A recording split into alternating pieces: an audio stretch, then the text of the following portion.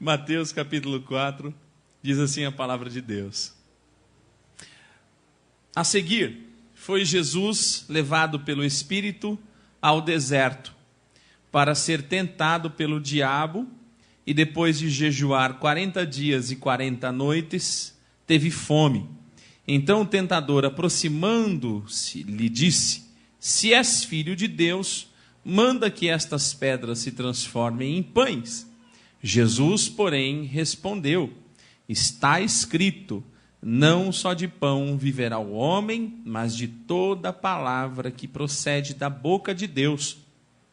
Então, o diabo o levou à cidade santa, colocou-o sobre o pináculo do templo e lhe disse: se és filho de Deus, atira-te abaixo, porque está escrito também: aos seus anjos dará ordem a teu respeito, que te guardem, e eles te susterão nas suas mãos, para não tropeçares em alguma pedra. Respondeu-lhe Jesus: também está escrito, não tentarás o Senhor teu Deus. Levou-o ainda o diabo a um monte muito alto, mostrou-lhe todos os reinos do mundo e a glória deles, e lhe disse: tudo isto te darei, se prostrado me adorares. Então Jesus lhe ordenou: retira-te, Satanás, porque está escrito, ao Senhor teu Deus adorarás, e só a ele darás culto. Com isso, o diabo deixou Jesus, e eis que vieram os anjos e o serviram. Lá em Gálatas capítulo 5, versículo 19 a 21, vamos dar uma olhadinha? Diz assim: as obras da carne são conhecidas, e são prostituição, impureza, lascívia, idolatria, feitiçarias, inimizades, porfias, ciúmes, iras, discórdias, dissensões, facções, invejas, bebedices, glutonarias e coisas semelhantes a estas, a respeito das quais eu vos declaro, como já outrora vos preveni, que não herdarão o reino de Deus os que tais coisas praticam. Olha aí as obras da carne. E para as obras da carne tem uma solução, tem sim. 2 Timóteo capítulo 2, versículo 22. 2 Timóteo capítulo 2, versículo 22. Se alguém achar, leia para a gente com a voz bem alta, aquela voz, sabe, bem forte. Capítulo 2, versículo 22. Foge também do desejo da mocidade e segue a justiça, a fé, a caridade e a paz com os que, com um coração puro, invocam o Senhor. Amém. Olha que interessante. A estratégia para as obras da carne, a estratégia para as tentações na carne é o quê? Foge, não é? Eu até falei pela manhã, não adianta dois jovens tentados um pelo outro entrarem num quarto, fechar as portas e falar: olha, eu estou com desejo, outro também, então vamos ajoelhar e orar. Não funcionará, porque a carne é o quê? Fraca, e vão pecar. Não é para entrar no quarto, foge, fala: opa, está namorando, não é assim? Está namorando, já começa a vir desejo, a vontade, fala: eu estou indo hoje mais cedo para casa. Vai para casa, vai dormir, vai descansar, e no outro dia você revê, né? Dá um beijo sadio, um aperto de mão, um abraço, mas começou a animar, ó, sai fora. Tem problema com bebida, tem gente que tem alcoolismo, não é assim? Tem gente que sofre de alcoolismo. E aí o que acontece? Dentro de casa cheio de bebida. Que tal tirar a bebida dentro da sua casa? Já começa a fugir. Fuja, porque se você tem algo que tenta a sua carne de tal forma que não consegue deixar de fazer aquilo, você é compulsivo por isso, foge, tira da sua casa. Tem gente que é compulsivo com várias coisas que satisfazem a carne, então começa a fugir disso. E também existe a tentação do mundo. Gênesis capítulo 13, versículo 10 até o 13. Gênesis capítulo 13, versículo 10 até o 13. Essa tentação do mundo é aquela que faz com que os nossos olhos fiquem grandes, fala assim: eu quero isso. Olha o que aconteceu com Ló. Alguém leia para a gente com a voz bem bonita aí, por favor. Levantou Ló os olhos e viu toda a campina do Jordão, que era toda bem regada, antes de haver o Senhor destruído Sodoma e Gomorra. Como o jardim do Senhor, como a terra do Egito, como quem vai para Zoar. Então Ló escolheu para si toda a campina do Jordão e partiu para o oriente, separaram-se um do outro. Habitou Abraão na terra de Canaã e Ló, nas cidades da campina, e Ló.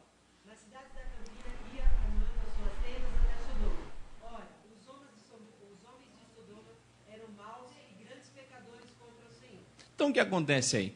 Abraão e Ló resolvem dividir. Fala assim, para que lado você vai? Eu vou para esse, para aquele. Por quê? Porque não está dando certo, os meus homens estão brigando com os seus e tal. E aí Abraão fala assim, Ló, escolhe o que você quer. Aí Ló olha já as campinas verdejantes e fala, eu quero isso aqui. Isso, meus olhos enxergam isso. Então eu quero isso é meu. Esse aqui é meu.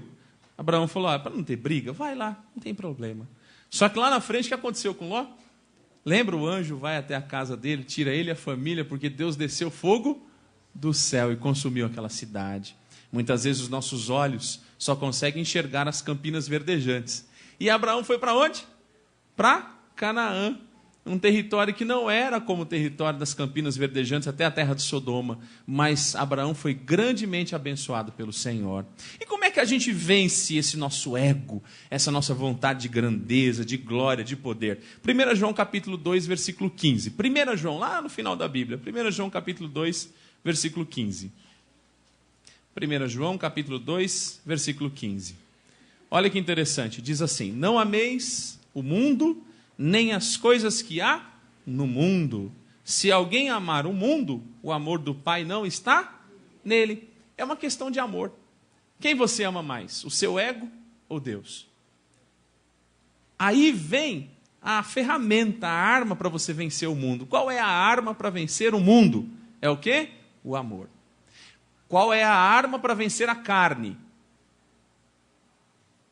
Olha como vocês lembram, acabei de falar, hein? Isso que é uma memória boa.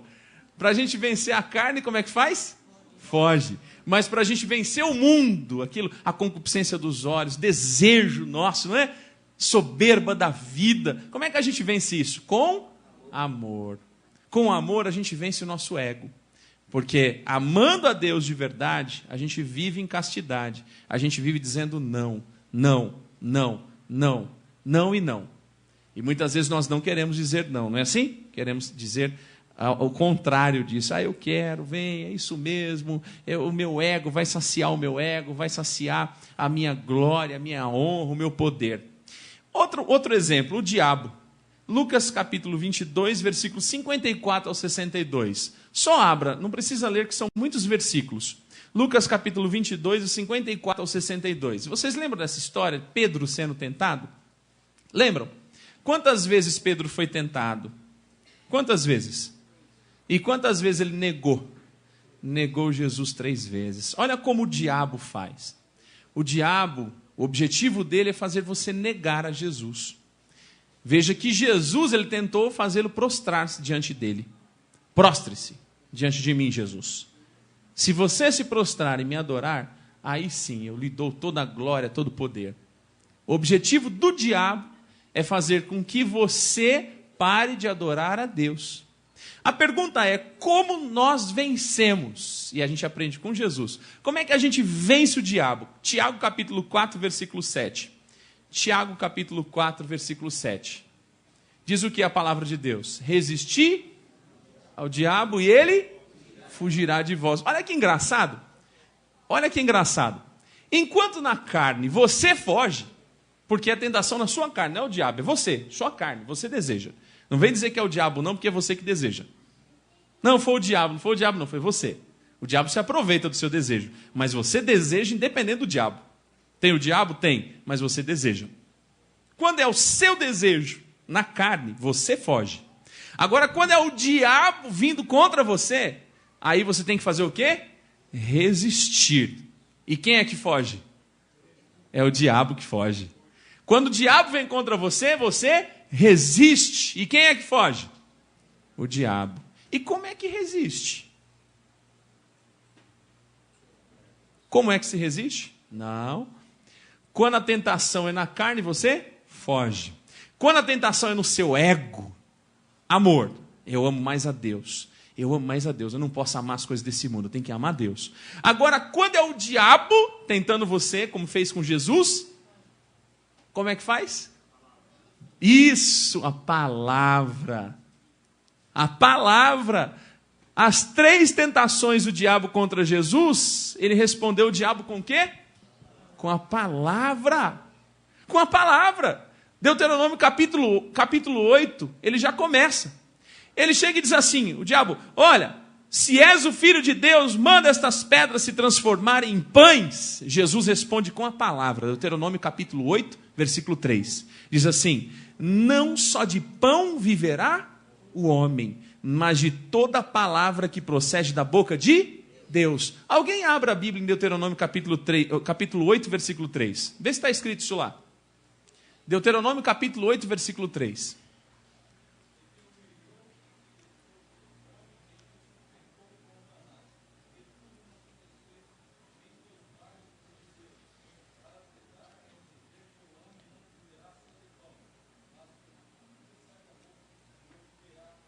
Está escrito aí ou não está? Está escrito aí. A segunda tentação, quando ele leva até a cidade santa, coloca sobre o pináculo do templo, diz: se és filho de Deus, atira-te abaixo, porque está escrito. Aí o diabo vem com a palavra também, porque ele quer distorcer às vezes. Ele vem com o Salmo 91, versículo 11 e 12. Aos seus anjos ordenará a teu respeito que te guardem, e eles te susterão nas suas mãos, para não tropeçares em alguma pedra. Aí Jesus olha e fala: diabo, você está com a Bíblia na mão? O diabo, agora eu quero ver. Então eu vou soltar para você outro texto. Alguém leia Deuteronômio capítulo 6, versículo 16. Deuteronômio capítulo 6, versículo 16. Jesus, mais uma vez, responde com a palavra: não tentarás o Senhor teu Deus. O que diz aí em Deuteronômio 6, versículo 16? Não tentarás o Senhor vosso Deus como tentar. Está escrito aí ou não está? Está ou não está na Bíblia? Tá, Deuteronômio 6, 16. A terceira tentação do diabo, ele chega e coloca Jesus num monte muito alto, mostra todos os reinos do mundo, a glória desse reino, e diz assim: tudo isso te darei, se prostrado me adorares. E Jesus diz para ele: retira-te, Satanás, porque está escrito, versículo 13 do capítulo 6 de Deuteronômio. Versículo 13 do capítulo 6 de Deuteronômio. Capítulo 6, versículo 13.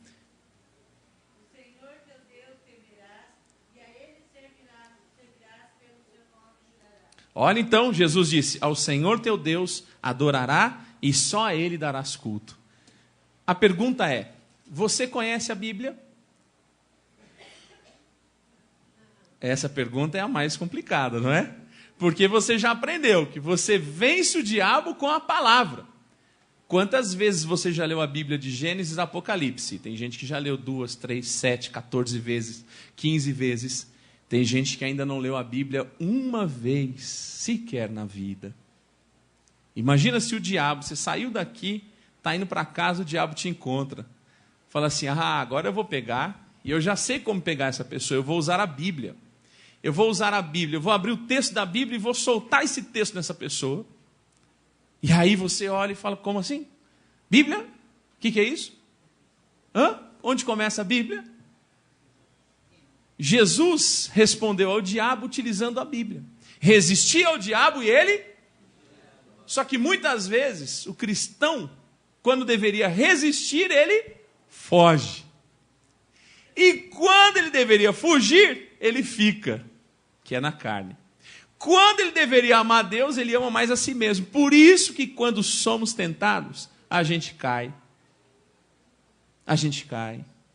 É na carne, ao invés de fugir, fica lá. Não é assim? É ou não é assim? Não, pastor, não acontece. Acontece sim. Começa a dar graça, fazer graça para o marido, graça para a esposa. E aí começa a dar corda, e vai dando corda quando Deus falou assim: foge dos desejos. E vai dando corda, daqui a pouco está envolvido no adultério. E depois de envolvido no adultério, o que acontece? Acaba a família, destrói-se a família, vão-se os bens. E a vida, se Deus tiver misericórdia, pode se reconstruir depois, mas ali ficou um trauma. Por quê? Era para fugir, e não fugiu.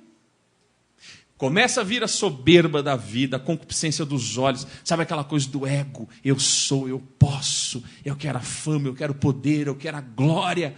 E o diabo se aproveita disso, some da igreja, não aparece mais nos cultos, não quer mais saber de orar, não quer mais saber de nada. Que é isso? Eu quero cuidar de mim. Eu não estou adulterando, eu não estou roubando ninguém, eu só estou buscando glória, poder e fama. Mas eu não estou fazendo mal para ninguém. Tudo bem, não está fazendo mal para ninguém. Ok, só que você está abandonando quem? Jesus Cristo. O seu amor está fraquinho por Jesus. Esse amor não está sendo demonstrado em ações. E aí o que acontece? É o terceiro exemplo que a gente deu agora. O diabo aparece, fala assim: ei, é o seguinte, a Bíblia diz assim. É mesmo? É? Vamos lá. Vamos, está dizendo aí, é porque a gente tem que ir para lá mesmo. Tem gente que vai conversar com uma pessoa de alguma dessas religiões que são muito fanáticas e tal, e aí fala: eu vou convencer essa pessoa, pastor. Aí no outro domingo liga: pastor, eu fui para a igreja deles lá, porque olha, eles conhecem a Bíblia mesmo. Olha, fui conversar com um muçulmano, mas ele me ensinou a Bíblia, pastor. Você nunca me ensinou. Mas olha só, quem que tem que ler a Bíblia? Quem é que tem que ler a Bíblia? Cada um de nós. Eu tenho 2 joelhos, você tem 2. Quem ora? Eu oro e você também ora. Eu tenho 2 olhos, você também tem 2. Quem lê a Bíblia? Você e eu também.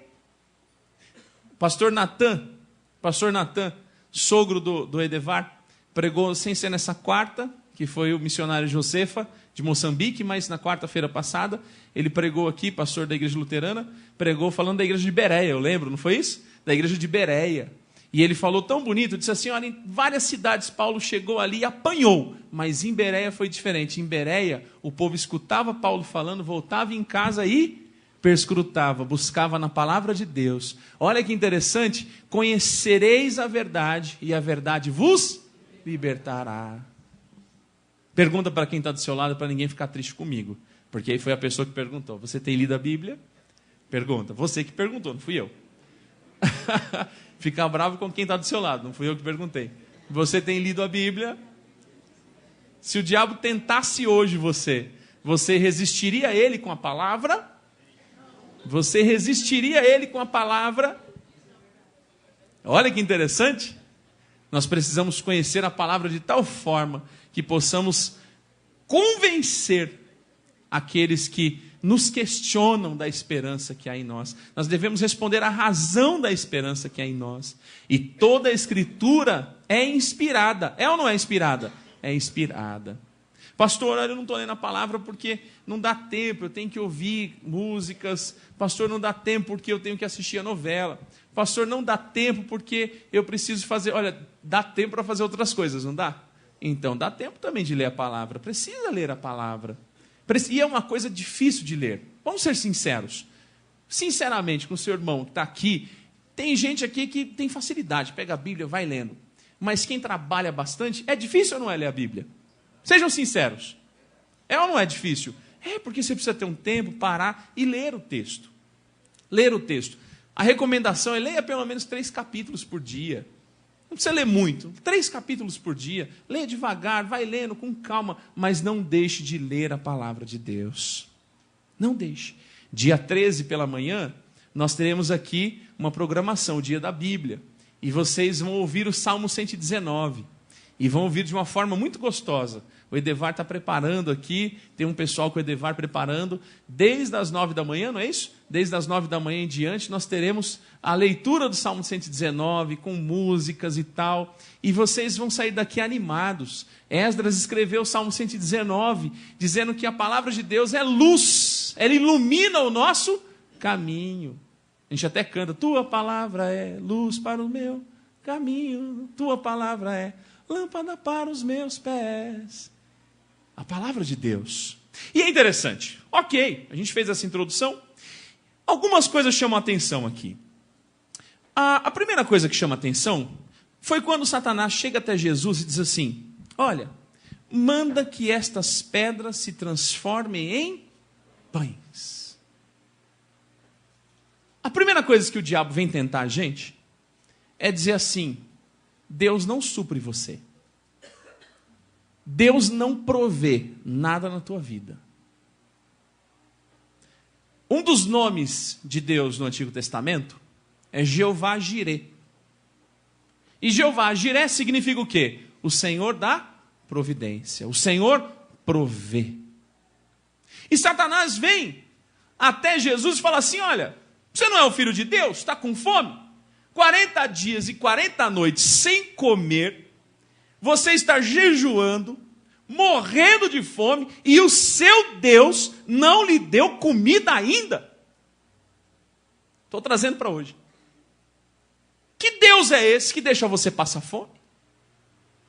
Que Deus é esse que abandona você aqui nesse deserto, porque quem trouxe você até aqui foi o Espírito Santo. O Espírito Santo trouxe você ou não trouxe? Jesus trouxe, sim. E há quantos dias você está aqui? Há 40 dias e 40 noites. Está com fome? Muita fome. Você não é o filho de Deus?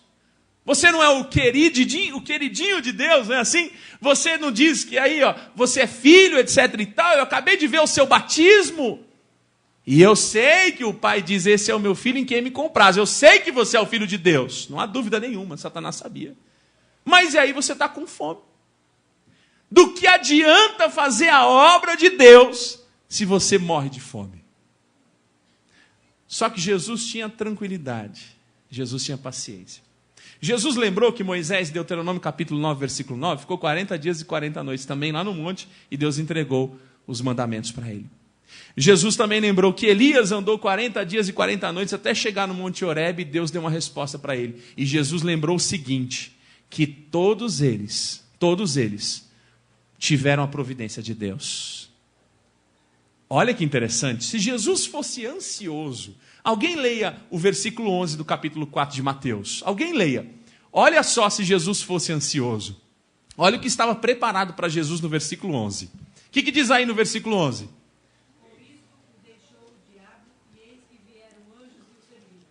O diabo deixou Jesus e quem serviu Jesus? Quem serviu Jesus? Muitas vezes eu e você somos ansiosos. A gente não espera os anjos nos servirem. A gente não espera a providência de Deus em nossa vida. A gente arregaça as mangas e fala, é isso mesmo, eu sou filho de Deus. Pedra, transforme-se em pão. E já sai comendo, e já sai naquela glutonaria, e comendo, e se alimentando, e não espera. Porque Deus provê. O Senhor é Jeová Jirê. Ele nunca mudou. É o Senhor que provê na sua vida. Amém? Quem crê nisso? Eu tenho plena convicção que o meu Deus provê todas as coisas. Hebreus capítulo 1, versículo 11 diz que os anjos, o papel deles é justamente esse. Servir aqueles que hão de herdar a salvação. Está lá em Hebreus capítulo 1, versículo 11. Os anjos servem você, os anjos servem a mim. O que significa isso? Que o nosso Deus não nos deixa desamparado. Foi 40 dias e 40 noites sem comer? Foi. Está difícil, deserto, um símbolo de todo um preparo espiritual. Jesus se batizou, agora ele fica 40 dias e 40 noites, porque tudo tem um preço. Tudo tem um preço. Tudo tem um preço na vida. Vocês sabiam disso? Tudo tem um preço, não tem nada de graça. Até a tua salvação foi paga, e foi paga por um alto preço. Quem pagou esse alto preço? Jesus Cristo. Jesus Cristo. Eu pago as minhas contas, mas tem um preço, não tem? É o trabalho. É a luta do dia a dia. Mas tem gente ansiosa, que já ultrapassa. E diabo, gente, diabo quer dizer maldizente. Sabe o que significa maldizente? É aquele que coloca um contra o outro. O diabo queria colocar o Filho de Deus contra o próprio Pai. Queria colocar um contra o outro. Olha, que situação é essa? Que diabo é esse? Imaginando que Jesus cairia nisso. Olha, transforme essa pedra em pão. Jesus, não, fica em paz, diabo. Olha só, a palavra de Deus diz assim, nem só de pão viverá o homem, mas de toda palavra que procede da boca de quem? De Deus. Se Deus criou todas as coisas através da palavra, será que Deus não pode alimentar Jesus? Poderia sim. Ele ficou tranquilo. Outra coisa que chama minha atenção. Aqui diz assim, então o diabo levou a cidade santa, colocou-o sobre o pináculo do templo e lhe disse, se és filho de Deus, atira-te abaixo, porque está escrito, aos seus anjos ordenará a teu respeito que te guardem, e eles te susterão nas suas próprias mãos, para não tropeçardes em alguma pedra. Aí você fala assim, puxa, é verdade. E aí, se o texto está dizendo que os anjos poderiam segurar Jesus e sustentarem Jesus de tal forma que ele não poderia se destruir lá embaixo, no nosso linguajar bem popular, se esborrachar, significa que Deus é um Deus de milagre. Quem crê que Deus é um Deus de milagre? Eu creio que Deus é um Deus de milagre. Eu tenho plena convicção. Eu tenho plena convicção que Deus é um Deus de milagre. Presta bem atenção nisso que eu vou falar agora. Deus é um Deus de milagre. Eu não tenho dúvida nenhuma que Deus é um Deus de milagre. Eu não tenho dúvida nenhuma. Nenhuma. Só que nós precisamos aprender uma coisa antes do milagre. 2 Coríntios capítulo 12, versículo 9. Alguém leia para a gente. 2 Coríntios capítulo 12, versículo 9. Isso aqui é uma grande verdade para todos nós. 2 Coríntios capítulo 12, versículo 9. Certa feita, Paulo orou 3 vezes, porque ele tinha um espinho na carne. 3 vezes Paulo orou, e o Senhor respondeu. O que o Senhor respondeu para ele? Quem achou aí? E disse-me, a minha graça te basta, porque o meu poder se aperfeiçoa na fraqueza. De boa vontade, pois me gloriarei nas minhas fraquezas, para que em mim habite o poder de Cristo. Qual foi a resposta? A minha graça te basta. Espera aí, eu vou traduzir para a gente. Espera aí, pastor, o senhor está me dizendo assim, que Paulo orou 3 vezes. O senhor acabou de me dizer que ele é Jeová Jirê, ele é o Deus da providência. Só que agora o senhor está dizendo que a graça basta? Mas e o milagre de Paulo? Não teve. Mas ele orou 3 vezes e não teve resposta? Deus deu uma resposta. Não. Não é resposta? É ou não é resposta? Não. Por que eu não vou te curar? Porque a minha graça te basta. Espera aí, pastor, que história é essa? Você quer ser abençoado por Deus? Eu quero e sou abençoado, e você também, tenho certeza que é. Mas porque nós temos uma convicção, antes de qualquer bênção física, financeira que Deus derrame sobre nós, a graça dele nos basta. A graça nos basta. Certa feita, Tomé questionou. Está lá em João capítulo 20. Tomé questionou e falou o seguinte, vocês viram Jesus? Que Jesus apareceu coisa nenhuma. De repente Jesus apareceu. Eu acho que está no versículo 29 ou 28. E aí Jesus dá uma grande lição em Tomé. Diz assim, Tomé, você crê porque você está vendo. Mas bem-aventurados são aqueles que não viram, mas... Quer dizer então, pastor, que eu devo continuar servindo ao Cristo, eu devo continuar na igreja de Cristo, mesmo que Deus responda não. Mesmo que Deus responda não, você deve continuar, porque a graça dele já basta na sua vida. A graça dele é o maior milagre que existe, porque você era cego, nu, surdo, você era aquele injusto que a palavra de Deus diz que Deus olhando do céu não viu um justo sequer. Eu sou um deles. Mas ainda assim esse Deus amou a minha vida, ainda assim Deus amou a sua vida, e você só está aqui à noite por causa da graça de Deus.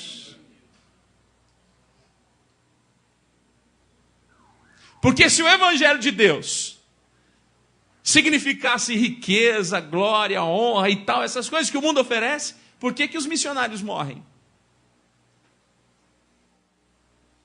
Por que Paulo foi decapitado?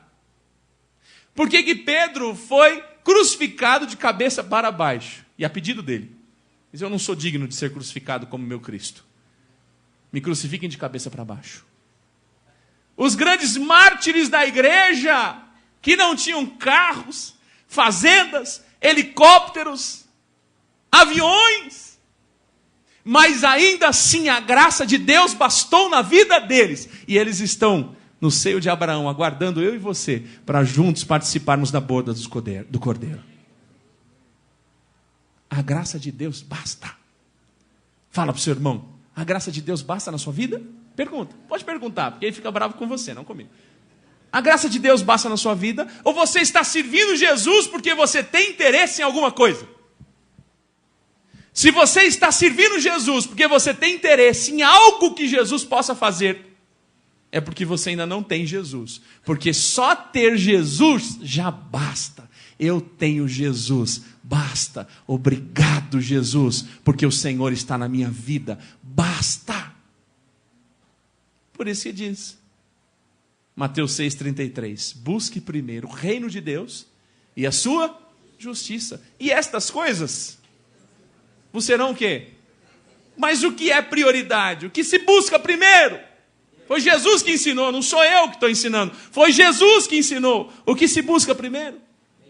E o quê? E a sua justiça. E estas coisas vos serão acrescentadas. Quando você diz estas coisas, você fala, nossa, então é carro, é dinheiro. Não, ela diz assim, o comer, o beber e o vestir. Leia depois, Mateus capítulo 6, é o comer, o beber e o vestir. Satanás veio e falou assim, você quer ver milagre? Você pode ver milagre. A palavra diz que você pode pular daqui, pula agora, que os anjos vêm, você pode dar ordem aos anjos, eles vêm, seguram você nas asinhas, que nem um drone, segurando, vai no chão, flutuando, aí, esse é o Filho de Deus, yes, esse sim, é isso aí. Jesus olha para ele e fala assim, eu não preciso tentar o Senhor Deus. Eu não preciso tentar o Senhor Deus. Eu entendo que depois de 40 dias e 40 noites, eu estou aqui para ser provado. E o Espírito Santo me enviou aqui para ser provado. E eu estou sendo provado, porque Deus assim o permitiu. E eu não ouvirei a tua voz, Satanás. Eu não ficarei ansioso. Eu não entrarei em depressão, imaginando que Deus tem que fazer o que eu quero, do jeito que eu quero, na hora que eu quero. Porque Deus não é uma torneira, que eu abro, bebo água, depois eu fecho. Quando eu quero de novo, volto lá, abro de novo, fecho. Não. Olha, não. Ele é a água da vida, ele está dentro de você. Esse Espírito dentro de você, Deus dentro de você. Jorra água, mas é uma água que é todo dia, é uma comunhão. Através de você, pessoas bebem dessa água. Mas não um Deus que faz na hora que eu quero, do jeito que eu quero, não é mágica. Se fosse mágica, eu ia tirar um baralho aqui. Estão vendo? Sumiu.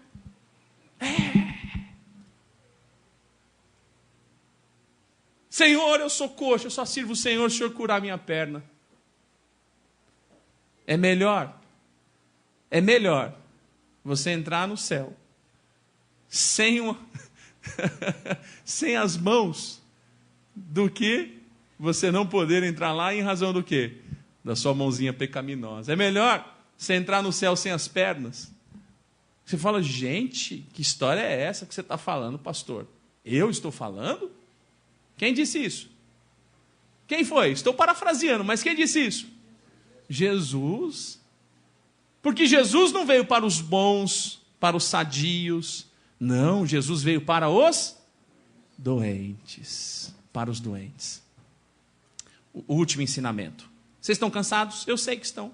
Mas a palavra de Deus precisa ser pronunciada. Olha só.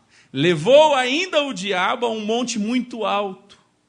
Mostrou-lhe todos os reinos do mundo e a glória deles. E lhe disse, tudo isso te darei, se prostrado me adorares. Olha o que Satanás quer fazer com você. Satanás quer que você viva prostrado. Que você seja um servo do diabo. O seu relacionamento com o diabo é um relacionamento de alguém que vive prostrado diante dele, faz o que ele quer. Ele te oferece um monte de coisa. Ele te oferece milagres. Ele te oferece sinais e prodígios do jeito dele, para enganar a sua mente. Ele te oferece os reinos desse mundo, a glória desse mundo. Ele te oferece o alimento. Ele te oferece tudo isso. Só que tem um preço. O preço de Satanás é você viver prostrado. E eu quero que você leia para mim, por favor, João capítulo 15, versículo 15. Olha o teu relacionamento com Jesus como é diferente. Olha o teu relacionamento com Jesus como é diferente. E aí você no final vai dizer, vale a pena ou não vale a pena, pastor? João capítulo 15, versículo 15. Já achou? Pode ler.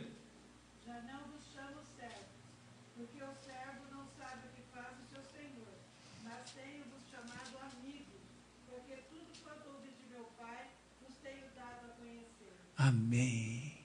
Eu vou ler aqui que tem gente lá do outro lado que não ouviu. Diz assim: já não vos chamo servos, porque o servo não sabe o que faz o seu senhor, mas tenho-vos chamado amigos, porque tudo quanto ouvi de meu Pai vos tenho dado a conhecer. Você é amigo. Você não vai caminhar num relacionamento com Deus prostrado, mas num relacionamento de amizade. Deus quer ser seu amigo. Satanás quer ver você prostrado. Interessante, né? Aí você pega o João 10:10. Porque o ladrão veio para quê? Matar, roubar e destruir. Mas e Jesus? Veio para quê? Para dar vida, e vida em abundância. Que vida é essa? É uma vida de amizade com Deus. Eu, todos os dias, quero continuar sendo amigo de Deus. Amigo de Deus. Amigo de Deus. Satanás quer você o quê? Prostrado. Prostrado. Eu vou contar algo aqui interessante. Eu posso contar da minha mãe e do meu sogro. Minha mãe, antes de ser evangélica, ela vivia na Umbanda, no Candomblé. Eu não critico nenhuma religião e não tenho feitio em criticar. Mas ela vivia prostrada. Sacrifícios, cortes no corpo. O meu sogro, antes de ser um cristão, um homem rico, muito rico, e tomava banho de ebó. Ebó é uma mistura de fezes que a pessoa toma banho. Porque eles acreditam que aquilo ali dá o quê? Sorte. E dava. Tinha uma maçã dentro da loja dele, que essa maçã ela nunca apodrecia, ela ficava lá. Por dentro estava podre, mas por fora linda, linda, linda. Ele conta quando ele se converteu, aquele negócio quando abriu estava podre. O diabo dá tudo. Só que tem um preço. O diabo dá o que você quer. Só que ele não é dono de nada. Então depois você paga o preço. Porque você perde tudo. Jesus é o único que pode prover na sua vida. Ele trouxe você aqui para dizer isso. Só eu, Jesus, posso prover na sua vida. Mas Senhor, por que o Senhor não transforma pedra em pão? Porque ainda não é a hora. Os anjos já estarão chegando para servir você. Tenha um pouquinho de calma. Já passou os 40 dias e 40 noites? Em jejum? Já passou?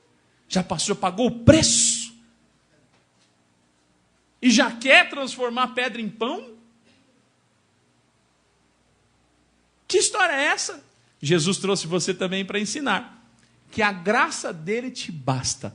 Para de ser pidão.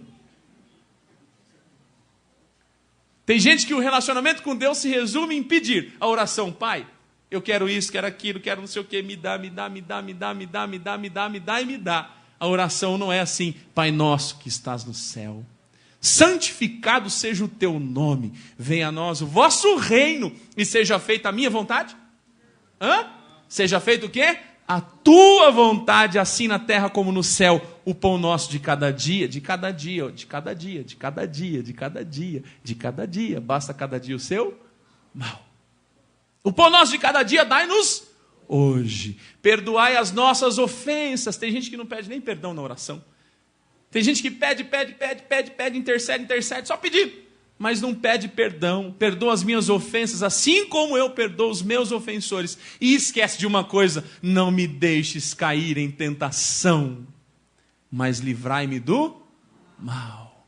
Porque de quem é o reino, o poder e a glória? Amém. Amém? Eu quero só que você abra um último texto e a gente vai embora. Hebreus capítulo 2, versículo 18. Hebreus capítulo 2, versículo 18. A última lição que Jesus trouxe para a gente é essa. O relacionamento que eu quero ter com você não é um relacionamento que você viva prostrado, destruído, com a vida acabada. Não é isso. Talvez tem gente que olha o pastor dizendo e fala assim: o pastor vai pregar daqui a pouco, a gente vai andar com o carro todo destruído, a casa destruída e tal. Não é isso que eu estou pregando, não. Eu estou dizendo que a graça te basta. O seu foco aqui nessa noite não é casa, carro, não é nada disso. Não é isso, família, não é nada disso. Emprego, não. o teu foco é Jesus, porque a graça dele te basta. Capítulo 2, versículo 18. Porque naquilo que ele mesmo, sendo tentado, padeceu, pode socorrer aos que estão tentados. Olha só então, naquilo que Jesus sofreu, tendo sido tentado, ele é poderoso para socorrer cada um que está aqui sendo tentado. Se você está vivendo uma situação difícil na sua vida, se você está vivendo uma situação difícil no seu casamento, com teu filho, com teu neto, com teu pai, com teu avô, seja o que for, problema de doença, seja o que for, não se desespere, tenha paciência, porque Deus proverá na tua vida.